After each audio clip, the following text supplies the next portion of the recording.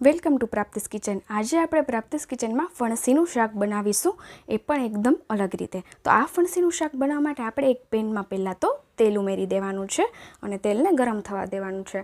તો અહીં મેં 2 મોટી ચમચી જેટલું તેલ લીધું છે અને તેલને આપણે ગરમ થવા દઈશું। આ શાક જ્યારે તમે બનાવો ત્યારે તમે ઈચ્છા મુજબ તેલ ઉમેરી શકો છો, તમે જે રીતની ક્વોન્ટિટીમાં ખાતા હોય એ રીતે। ત્યારબાદ 1 મોટી ચમચી જેટલું વાટેલું લસણ ઉમેરી દઈશું, એટલે કે લસણની પેસ્ટ ઉમેરી દઈશું અને લસણને થોડી સેકન્ડ્સ માટે સોતે કરી લઈશું। તો અહીં લસણ છે તે સોતે થઈ ગયું છે। હવે આપણે તેમાં 2 મીડિયમ સાઇઝના કાંદાને ઝીણા ચોપ કરીને ઉમેરી દેવાના છે અને સાથે જ તેને લસણની સાથે મિક્સ કરી દેવાના છે। તો આ કાંદા થોડા સોફ્ટ થાય ત્યાં સુધી આપણે તેને તેલમાં સોતે કરવાના છે। તો અહીં મેં તમને જણાવ્યું એ પ્રમાણે તમે જો ઓછું તેલ ખાતા હો તો ઓછું ઉમેરી શકો છો। મેં અત્યારે ફણસી એટલે કે ગ્રીન બીન્સની ક્વોન્ટિટી અનુસાર ઉમેર્યું છે। તો અહીં કાંદા પણ 2 મિનિટ બાદ સોતે થઈ ગયા છે, સોફ્ટ થઈ ગયા છે। હવે આપણે તેમાં એક મોટી સાઇઝના ટામેટાને ઝીણું ઝીણું ચોપ કરીને ઉમેરી દેવાનું છે ને કાંદાની સાથે જ તેને સોફ્ટ કરી લેવાના છે। હવે આ ટમેટા જલ્દીથી સોફ્ટ થઈ જાય તેના માટે આપણે તેમાં નમક ઉમેરી દઈશું। તો અહીં અડધી ચમચી જેટલું નમક છે, જેથી કરી ટામેટા છે તે જલ્દીથી સોફ્ટ થઈ અને કાંદાની સાથે મિક્સ થઈ જાય। તો અહીં આપણે કાંદા અને ટામેટાને બંનેને એકદમ સારી રીતે સોફ્ટ થઈ જવા દેવાના છે અને એક ગ્રેવી જેવું કરી લેવાનું છે।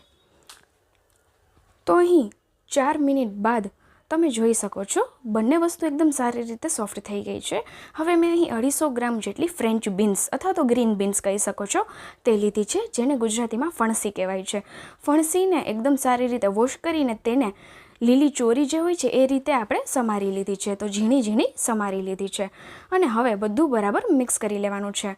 આ ફણસી છે તે તમને માર્કેટમાં તેની સિઝનમાં ઇઝીલી અવેલેબલ થઈ જાય છે ને સાથે જ તે દેખાવમાં લીલી ચોરી જેવી હોય છે।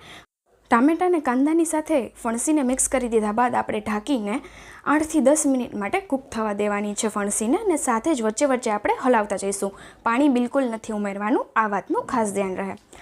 તો અહીં 8 મિનિટ જેટલો સમય થયો છે ને જોઈ શકો છો ફણસીનો કલર છે તે ચેન્જ થઈ ગયો છે અને થોડી શ્રિંક થઈ ગઈ છે। તો આપણી ફણસી છે તે એકદમ સરસ કૂક થઈ ગઈ છે। હવે આપણે તેમાં મસાલા કરી લઈએ। તો પહેલાં આપણે હળદર પાવડર ઉમેરીશું અડધી ચમચી જેટલો, સાથે જ આપણે ધાણા જીરું પાવડર પણ ઉમેરવાનો છે 1 થી 1.5 ચમચી જેટલો। તમે મસાલાની ક્વોન્ટિટીને એડજસ્ટ કરી શકો છો ફણસીની ક્વોન્ટિટી અનુસાર। અહીં 1.5 ચમચી જેટલો ધાણા જીરું પાવડર ઉમેરાઈ જાય ત્યારબાદ આપણે તેમાં 1 થી 1.5 ચમચી જેટલો મરચાં પાવડર ઉમેરીશું અને બધું બરાબર મિક્સ કરી લઈશું।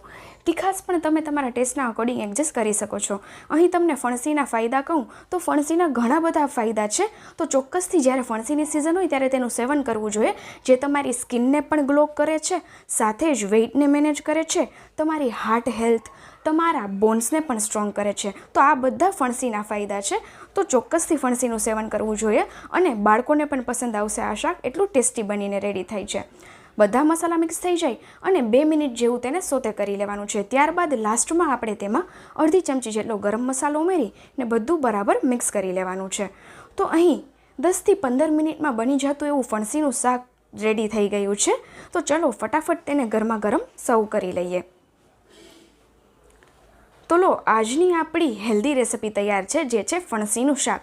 તો એકવાર ચોક્કસથી આ રીતે ટ્રાય કરજો ને કમેન્ટ સેક્શનમાં જણાવજો કે તમને ફણસીનું શાક કેવું લાગ્યું। સાથે જ તમારે આવી અવનવી અને ખાસ કરીને સિઝનલ રેસિપીઓ જોવી હોય તો પ્રાપ્તિસ કિચનને વિઝિટ કરો, જેમાં તમને સિઝનલ રેસિપીની સાથે ડાયટ રેસિપી અને અત્યારે શ્રાવણ માસ ચાલે છે તો તમને ફરાળી સેન્ડવિચ, ફરાળી ઢોસા, ફરાળી ઇડલી અને આવી તો ઘણી બધી ફરાળની સ્પેશિયલ હેલ્ધી અને અનોખી રેસિપીઓ મળી રહેશે। તો આવી અવનવી રેસિપી જોવા માટે પ્રાપ્તિસ કિચનને આજે જ સબસ્ક્રાઈબ કરો અને વિઝિટ કરો, અને હા, બેલ આઇકન પ્રેસ કરવાનું ભૂલતા નહીં, જેથી કરી જ્યારે હું આવા અવનવા રેસિપીના વિડીયો પોસ્ટ કરું તો તમને તેની નોટિફિકેશન મળી રહે। આવા બીજા હેલ્ધી રેસિપીના વિડીયો સાથે આપણે ફરી મળીશું।